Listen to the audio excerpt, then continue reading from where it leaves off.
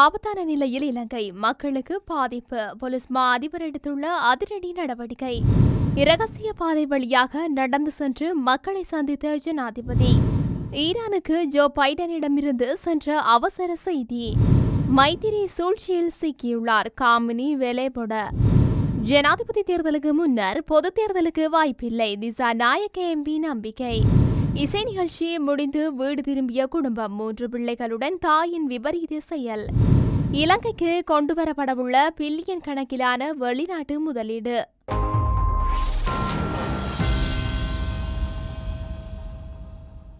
நாடளாவிய ரீதியில் வாகன திருட்டு, வீடு உடைப்பு, தங்க சங்கிலி பறிப்பது போன்றவற்றை குறைக்கும் விசேட செயற்திட்டம் ஒன்று ஆரம்பிக்கப்படவுள்ளது.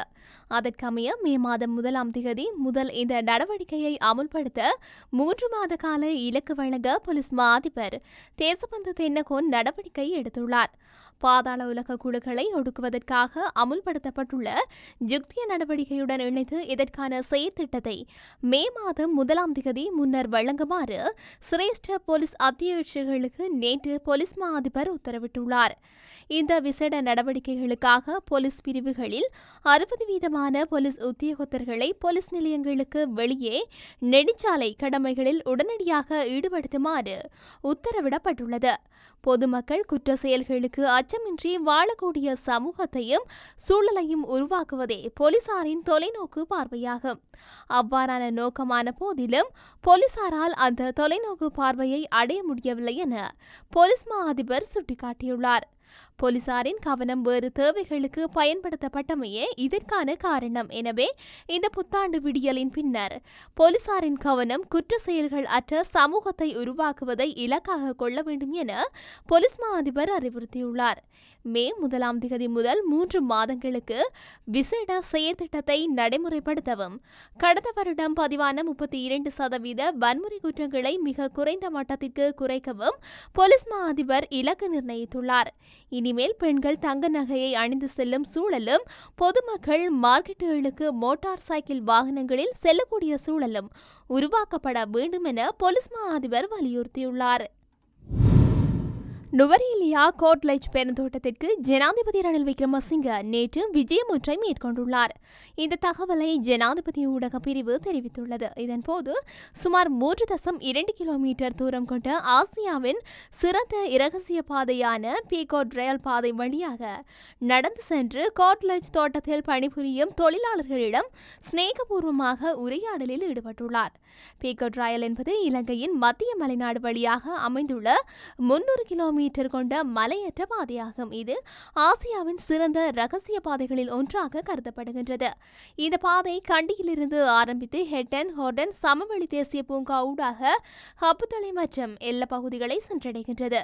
பிரித்தானிய காலனித்துவ காலத்தில் பெரிய தோட்டங்களில் இருந்து தொழிற்சாலைகளுக்கு தேயிலை கொண்டு செல்ல இந்த பாதை பயன்படுத்தப்பட்டதாக தெரிவிக்கப்படுகின்றது. மேலும் நுவரெலியாவின் மலைகளை சூழவுள்ள சுற்றுலா வாய்ப்புகள் தொடர்பில் ஜனாதிபதி அறிந்து கொண்டதாக தெரிவிக்கப்பட்டுள்ளது. இஸ்ரேல் ஈரான் மோதலில் அளவிற்கு மீறி இஸ்ரேலை தாக்க வேண்டாம் என்றும் தாங்கள் இரும்பு கவசமாக இருப்போம் என்றும் ஜோ பைடன் ஈரானுக்கு தெரிவித்துள்ளதாக கொழும்பு பல்கலைக்கழகத்தின் பொருளியல் துறையின் பேராசிரியர் கோ அமதலிங்கம் தெரிவித்துள்ளார். குறித்த ஒரு ஊடகம் ஒன்றுக்கு கருத்து தெரிவிக்கும் போதே அவர் இவ்வாறு குறிப்பிட்டுள்ளார். இது குறித்து மேலும் தெரிவிக்கையில், Saudi Arabia, Qatar, Kuwait, Iraq மற்றும் சிரியா, லெபனான் இல்லை என அனைத்து பகுதிகளிலும் அமெரிக்கா தளங்களும் உறுப்பினர்களும் இருக்கின்றார்கள். அமெரிக்கா இஸ்ரேலை பாதுகாக்க வேண்டும் என்பதுடன் இந்த யுத்தம் ஒரு அளவிற்கு மேல் போகக்கூடாது என எண்ணுகின்றது. இந்த போர் நீண்டால் அது உலகத்தில் எண்ணெய் விலைகளை கூட்டிய மிகப்பெரிய பாதிப்பை ஏற்படுத்தும். மேலும் மத்திய கிழக்கு முழுவதும் மோதலால் எரியும் என்றால் அதை அமெரிக்காவால் கூட கட்டுப்படுத்த முடியாது என தெரிவித்துள்ளார். முன்னாள் ஜனாதிபதியும் ஸ்ரீலங்கா சுதந்திர கட்சியின் தலைவருமான மைத்ரிபால சிறிசேன சூழ்ச்சி வலையில் சிக்கியுள்ளதாக நாடாளுமன்ற உறுப்பினர் காமினி வெலேபொட தெரிவித்துள்ளார். இந்த சூழ்ச்சி திட்டம் காரணமாகவே கட்சியின் பொதுச் செயலாளர் பதவியிலிருந்து தயாசிறி ஜெயசேகரவை நீக்கியதாக அவர் சுட்டிக்காட்டியுள்ளார். இதன் விளைவாக தற்போது எதிர்வரும் தேர்தலில் வேறு கட்சிகளில் போட்டியிட முடியாத பொருத்தமற்றவர்கள் சிலர் கட்சியை பிடித்துக் கொண்டுள்ளதாக குறிப்பிட்டுள்ளார். இந்தியாவையும் அமெரிக்காவையும் மையப்படுத்தி இந்த சூழ்ச்சி திட்டம் முன்னெடுக்கப்பட்டு வருவதாக நாடாளுமன்ற உறுப்பினர் காமினி வெலேபொட தெரிவித்துள்ளார். ஜனாதிபதி தேர்தலுக்கு முன்னர் நாடாளுமன்ற தேர்தலை நடத்துவதற்கான முயற்சி வெற்றியளிக்காது என தான் நம்புவதாக ஸ்ரீலங்கா பொதுஜன பெரமுனவின் நாடாளுமன்ற உறுப்பினர் எஸ்.பி. திசாநாயக்க தெரிவித்துள்ளார். ஊடகங்களுக்கு கருத்து தெரிவிக்கும் போதே அவர் இவ்வாறு கூறியுள்ளார். அவர் மேலும் தெரிவித்ததாவது, அரசமைப்பின் பிரகாரம் செப்டம்பர் அக்டோபர் இடைப்பட்ட காலப்பகுதியில் ஜனாதிபதி தேர்தல் நடத்தப்பட வேண்டும். ஜனாதிபதி நினைத்தால் நாடாளுமன்றத்தை கலத்தது தேர்தலை நடத்தலாம்.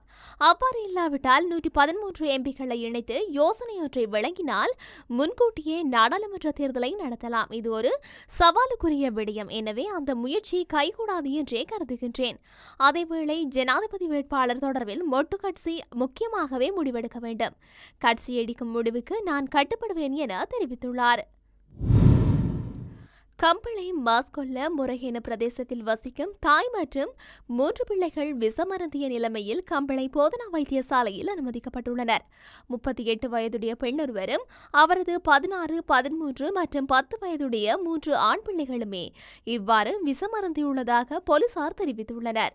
குறித்த நால்வரும் நேற்று முன்தினம் இரவு கம்பளை பன்விலதன்ன பிரதேசத்தில் இடம்பெற்ற புத்தாண்டு இசை நிகழ்ச்சியை மற்றொரு குழுவினருடன் பார்வையிட சென்றுள்ளனர். இசை நிகழ்ச்சி முடிந்து நேற்று அதிகாலை வீடு வந்துள்ளனர். இதன்போது தொலைபேசி அழைப்பு தொடர்பாக கணவன் மனைவிக்கு இடையே வாக்குவாதம் ஏற்பட்டுள்ளதாக தெரிய வந்துள்ளது. இதனால் கோபமடைந்த மனைவி அதிகாலை 3 மணியளவில் பூச்சி மருந்தை குடித்ததை அடுத்து 3 பிள்ளைகளும் அதே பூச்சி மருந்தை குடித்துள்ளதாக தெரிவிக்கப்படுகின்றது. பின்னர் காலை 6 மணியளவில் கணவரிடம் இது பற்றி கூறியதை அடுத்து அவர்களை உடனடியாக மருத்துவமனைக்கு அழைத்து செல்ல ஏற்பாடு செய்யப்பட்டது.